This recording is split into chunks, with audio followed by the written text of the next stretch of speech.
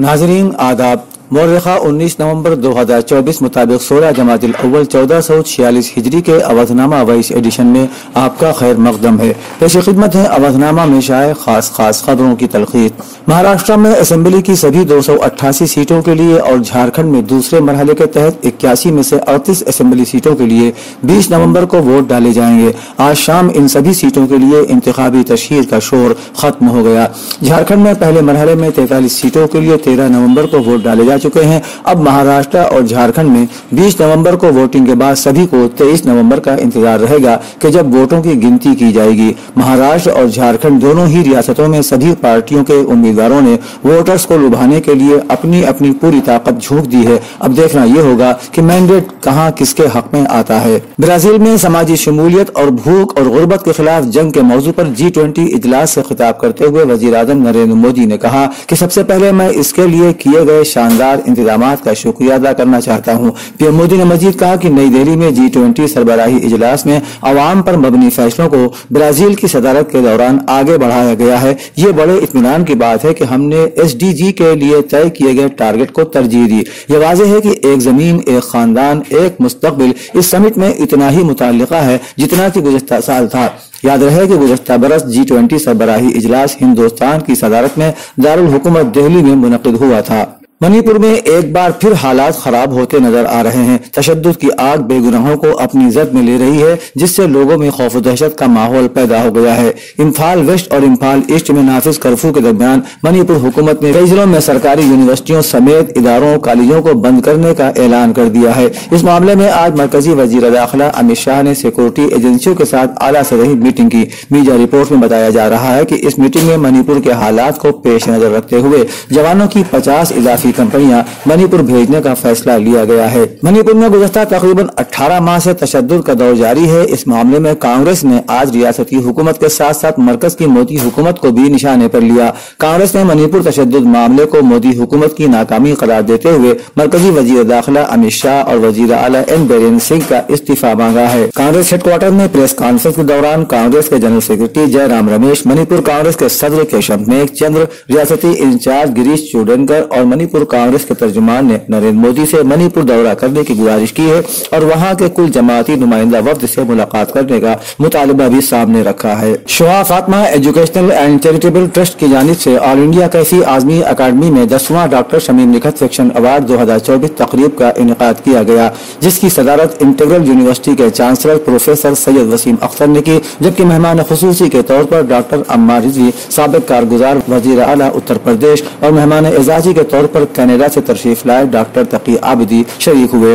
निजामत का फरीदा प्रोफेसर अब्बास रजा नैयर ने अंजाम दिया। प्रोफेसर रेशमा परवीन ने खुतबा इस्तकबालिया पेश किया, जिसमें खास तौर से उन्होंने प्रोफेसर शारिब बुदौलवी और डॉक्टर शमीम निखत को भी याद किया। उन्होंने कहा कि प्रोफेसर शारिब बुदौलवी और शमीम आपा हमारी नजरों से पोशीदा जरूर हो गए, मगर अपनी जिंदगी में ही ज़बान व अदब के शहदाइयों की ऐसी तरबियत कर गए कि उनका मकसद आज भी उसी तरह जिंदा व ताबिंदा है। जवाहरलाल नेहरू यूनिवर्सिटी के प्रोफेसर अनवर पाशा ने शमीम निखत तौसीई खुतबा बउनवान उर्दू अफसाना फिक्री ताबीरात के चंद पहलू पेश किया।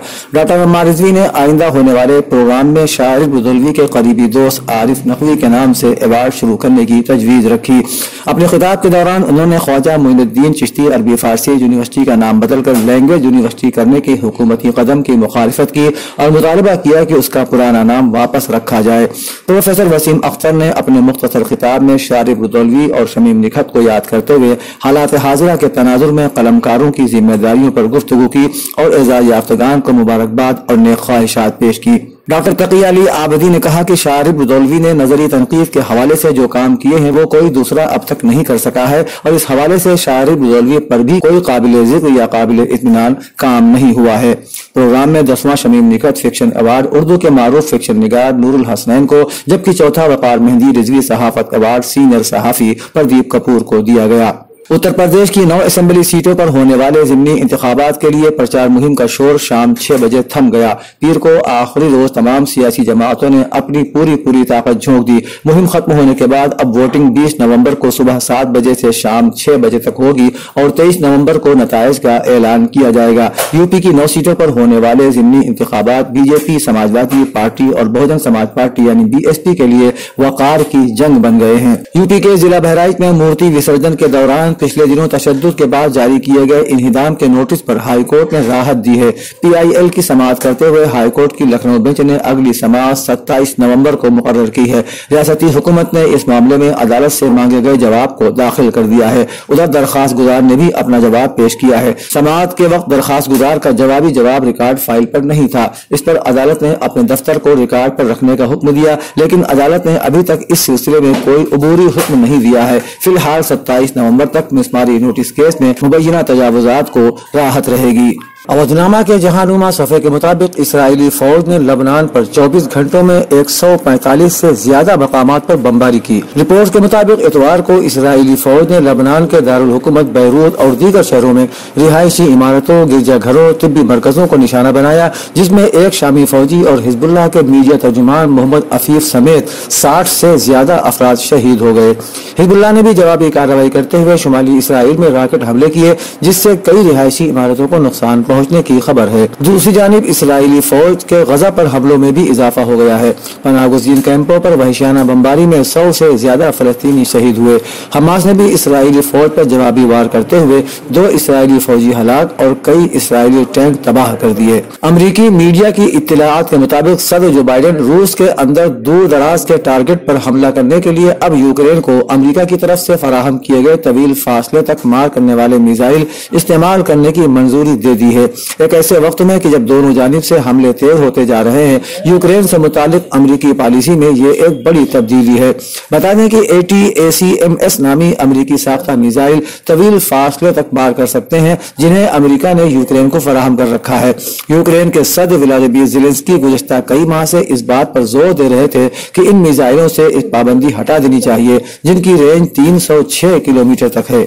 एक और खबर के मुताबिक रूस की जानिब से यूक्रेन पर हालिया महीनों के सबसे बड़े फजाई हमले में बिजली के निजाम को निशाना बनाया गया, जिसकी वजह से मुतादिद इलाके तारीकी में डूब गए। रिपोर्ट्स के मुताबिक इतवार को रूस ने यूक्रेन पर 120 मिसाइल और 90 ड्रोन दागे, जिनके नतीजे में 9 अफराद हलाक हुए और बिजली के निजाम को शदीद नुकसान पहुंचा। दारुल हुकूमत कीव में लोगों की बड़ी तादाद ने जेर जमीन रेलवे स्टेशन में पनाह ले ली, जबकि यूक्रेनी फौज ने रूस के 140 मिसाइल और ड्रोन मार गिराने का दावा भी किया है। सऊदी अरब रवां साल अब तक 100 से ज्यादा गैर मुल्कियों को सजाए मौत दे चुका है, जिनमें से ज्यादातर मंशियात से मुतालिक जराइम के मुर्तकिब हुए थे।